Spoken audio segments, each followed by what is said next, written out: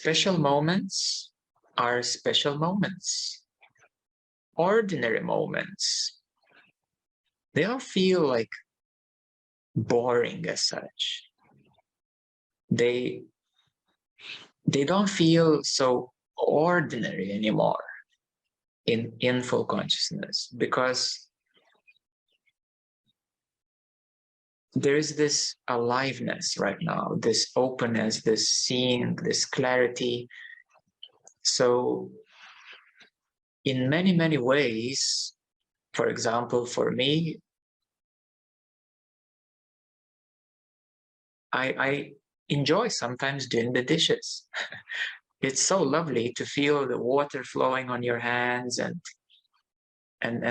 so much like connection with water, and something is getting cleaner, and like, wow, it's enjoyable actually. There's no one here, complaining about anything. Gardening and or driving or walking or shopping or waiting, even if so to speak, I am standing in the queue and waiting, I'm not bored. I'm not like expecting, hey, quicker, It's just, waiting, yes, but I'm not bored. I can appreciate the present moment. I can look at the sky and just look around, and it's not boring as such. And now when it comes to these, let's say, more repetitive tasks that do come up, because this world, the jobs and many tasks might be quite repetitive, like computer work or this or that. I find that it goes in cycles. Sometimes it feels totally aligned and you can do a lot of these functional things. Sometimes it doesn't feel that that's what you would want to do. So maybe you can do some other tasks in the meantime. But of course, in a working environment, sometimes you just got to do what you got to do. And then, yes, I mean, to be fully honest with you, if let's say you're an accountant and you just have to do like this stack of paperwork and it's really repetitive, so it will feel quite unnatural because it is unnatural, and you will feel a bit drained because it is draining. And then you will need to rest a bit because you do need to rest after this very robotic work. But then you take some time to rest, you balance and harmonize and continue in the best possible way. So it doesn't mean that you are, we can say, you become a Superman, you can just do 10 hours of Excel sheets and feel totally fine about it. It's a bit unnatural, let's be honest. Your body, it's not meant to be like that. You can do maybe 1 hour Excel sheets, but it depends on jobs. It depends what you love. But sometimes that which is unnatural is unnatural. And it feels draining and it feels a bit tiring. And then you need some time to rebalance, but you rebalance a lot quicker because there's this larger capacity to rebalance. So you rebalance, reharmonize a lot quicker than in the past. So I found that I became much more functional.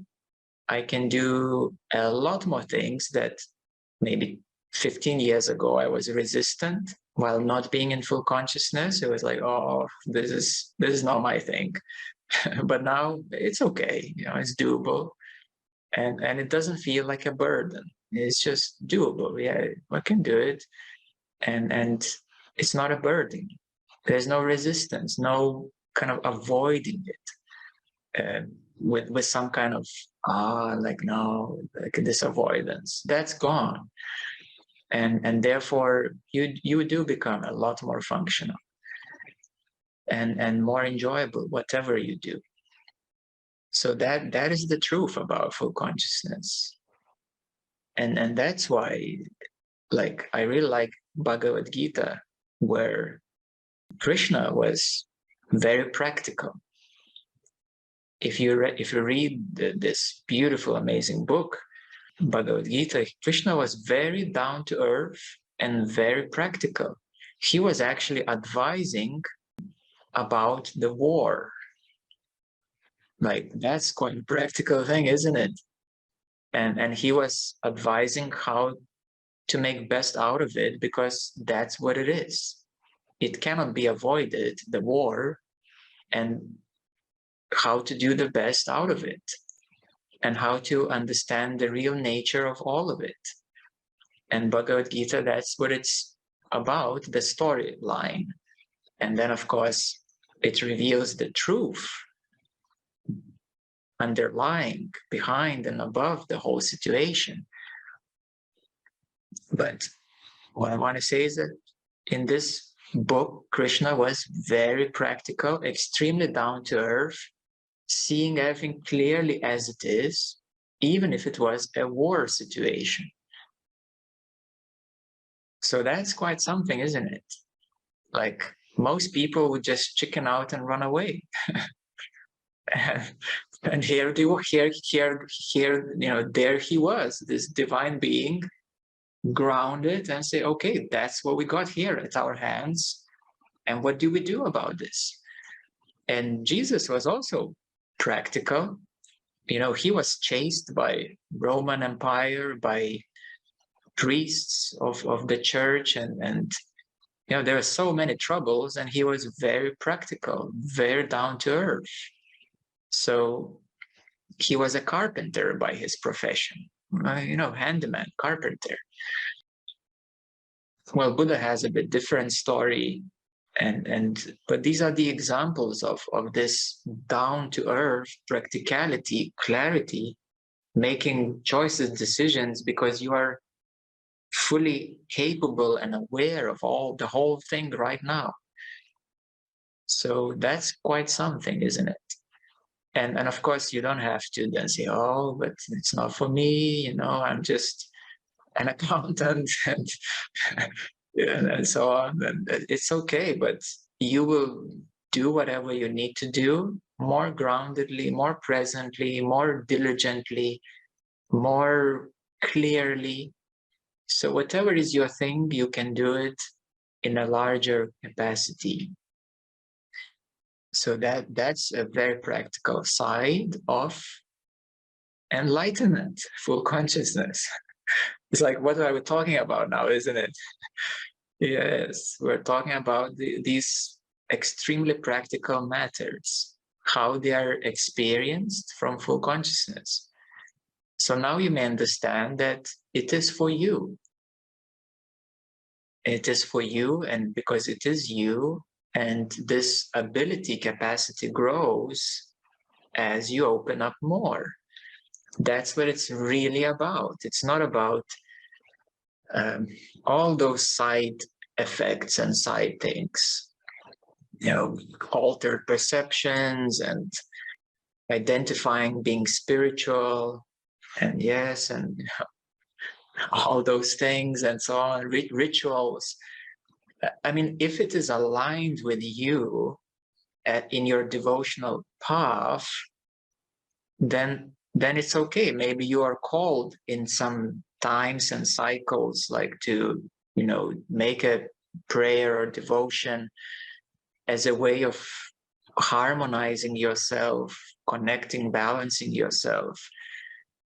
But it's not like every morning you just do it because you have to do it. No, you do it because unless you feel like it, then you do it. And sometimes I feel great devotion and love, and I love to connect with more with other beings, and it comes in cycles. And then other time it's just, okay, let's just do practical stuff. And so there are many side effects of spirituality that are more like side effects. And then many people, oh, I'm too spiritual to do this. Oh, really? Isn't it your ego right now showing off? Oh, I'm too spiritual to do this right now. Oh, yes. One naiveness is arising here now, isn't it? So because that's what it is, isn't it? Yeah, so you see that full consciousness is a bit more real thing here. It's a bit more a real deal. It's not a religion, it's not a faith, it's not a ritual, and it's a very practical thing. It's a very real thing. Yes, but everybody has their journey, their path, and sometimes you might enjoy the rituals and practices. Sometimes you may enjoy the altered perceptions. So whatever is on your path, you go through it, but you arrive at this groundedness.